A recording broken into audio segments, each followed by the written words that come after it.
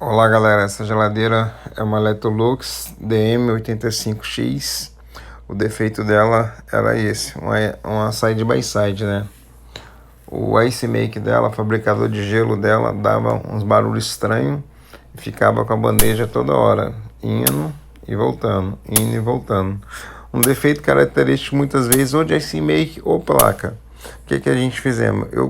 Como a placa dele estava bem oxidada, a primeira coisa que eu fiz, eu troquei a placa. A placa foi até barata pelo valor da geladeira, por ser uma side by side. Porém, o defeito realmente era o ice make. Aí a gente providenciou o ice make e voltamos e trocamos o ice make.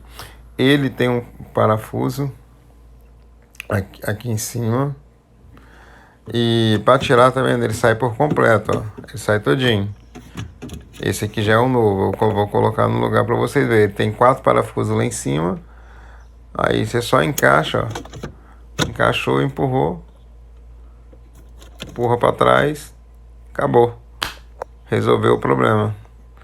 O gelo vai continuar fazendo e resolveu o seu problema.